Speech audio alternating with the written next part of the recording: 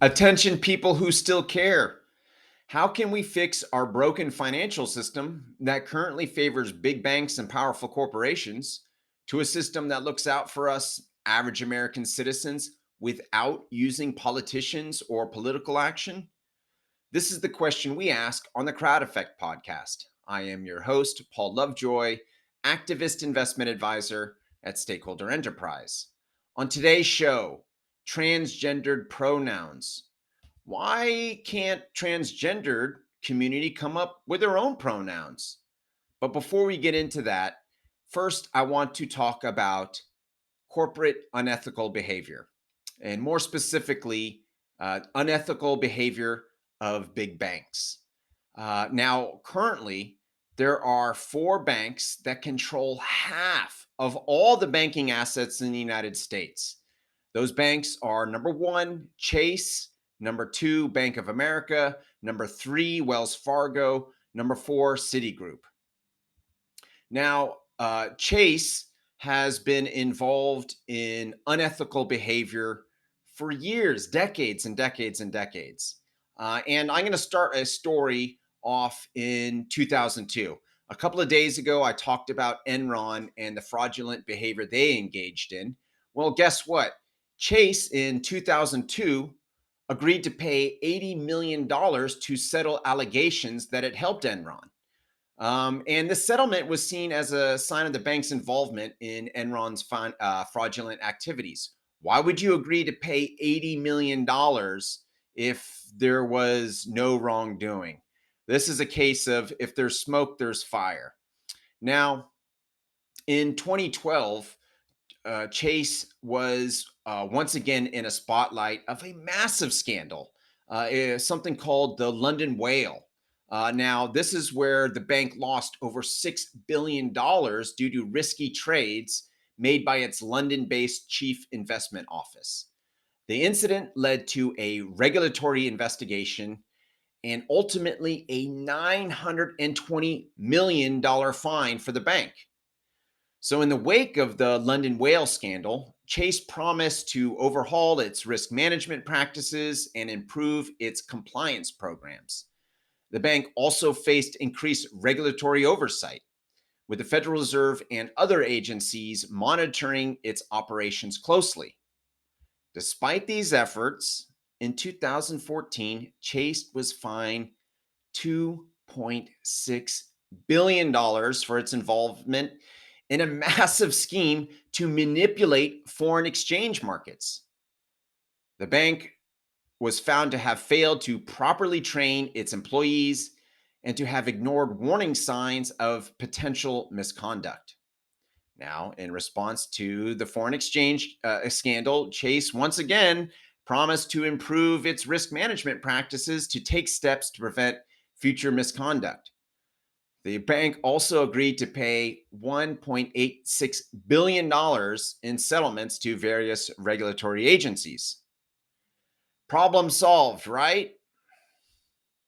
In 2019, Chase was once again caught engaging in unethical behavior when it was revealed that the bank was charging its customers hidden fees for their investment accounts. The fees were reportedly designed to boost profits for the bank and were not disclosed to customers. Guess what?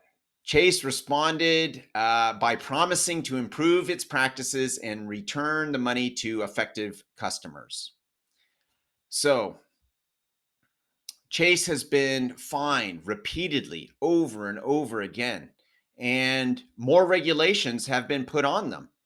Now, here's the issue though. Regulations, they don't address the core of the problem.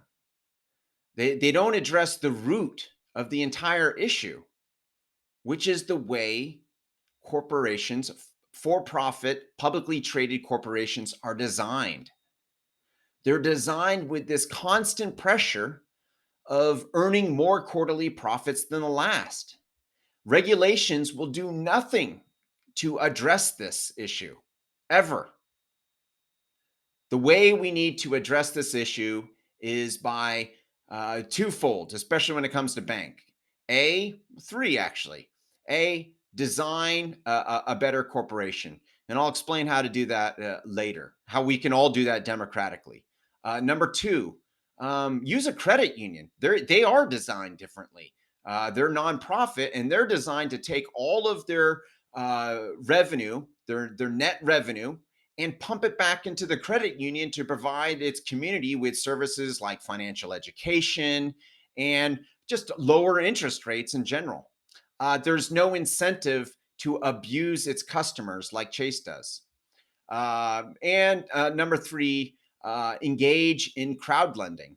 It's a way to compete against big banks and for the general public to compete it and erode that wealth and money that would have gone to Chase that now can go to just the general public engaging in crowd lending.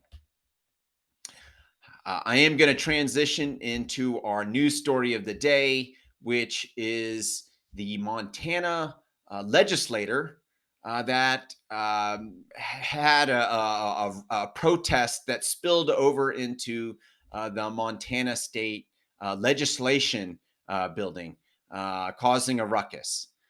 Now, it all kind of started with Republican lawmakers refusing this transgendered lawmaker a voice because the transgendered lawmaker said that the Republicans who are voting against this transgender bill will have blood on their hands. And I guess they were offended by this statement.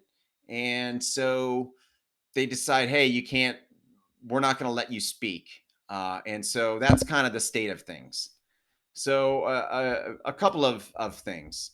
Number one, why doesn't the transgender community just come up with a new pronoun for being a transgender?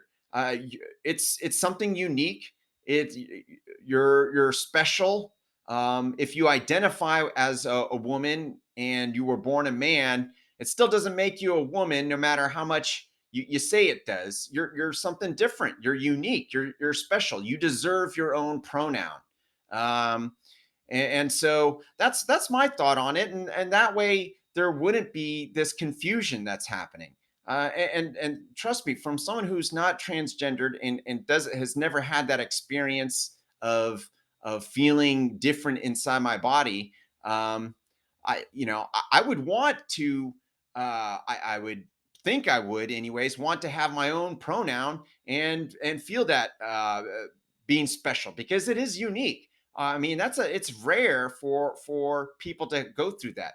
The vast majority of human beings, we identify with the sex that we're born with. So it's a unique situation, and I, I think having your own pronoun would be very helpful for all of us who are identify with the sex that we have are born with. Number two, it's I can't control what anybody says or what anybody does, more or less. Um, what I can control is how I react to what others say and what others do. And this is the a huge problem in politics. Um, Everyone's trying to control what the other side is saying. So Democrats, they're constantly trying to control what Republicans say, oftentimes calling it hate speech or whatever, and deplatforming. That's a very common thing to do because you're trying to control what others people say. In this case, with the transgendered lawmaker, it's Republicans trying to control what this transgendered lawmaker is trying to say. And ultimately, we have no control over what other people say.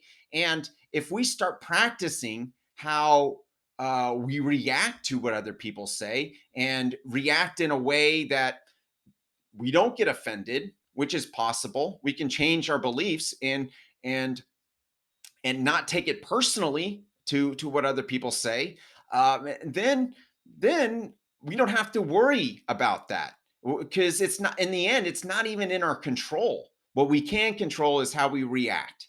So That's what I'm going to say about that. Focusing on what we can control, which leads us into the financial tip of the day. Become a crowd investor. That's another way how we can control being the change. We don't have to rely on politicians who are arguing over what someone says and trying to control them for that. I mean, this is what our politicians are doing, engaging in these petty arguments. By becoming a crowd investor, we can do a number of things. First of all, there's a number of different types of crowd investing. Equity crowdfunding is when a small group of people, excuse me, a large group of people invest small amounts of money to fund a company. So equity crowdfunding is a way to democratically design new corporations that look out for all stakeholders and not just shareholders. That's number one. Number two, crowd lending, another type of crowd investing. I mentioned it earlier. This is a way for the general public to engage in a market based redistribution of wealth. Again, we don't have to rely on politicians trying to tax the rich to fund safety net programs. Instead, we can just compete with banks through crowd lending platforms, become the bank ourselves, and lend to projects and people and communities that we care about. We don't have to fund exploitive companies. This way, we are being proactive in the market, and now the market has to react to us. On top of that, crowd lending is a wonderful way to get a good market return and in a diversified manner. Equity crowdfunding as well. You could be so it's equity crowdfunding is risky. Engaging in investing in startup companies is risky. But with investment minimums with as little as $100, you can be involved in 20 companies with $2,000, and all you really need is that one company to make it big. So the crowd investing, it's a way to earn a market share, democratically design corporations, market-based redistribution of wealth, and a way that we can exert our own control. My name is Paul Lovejoy. I am a crowd investor, and I see you are one too. If you'd like to know how to democratically change our financial system, go to stakeholderenterprise.com.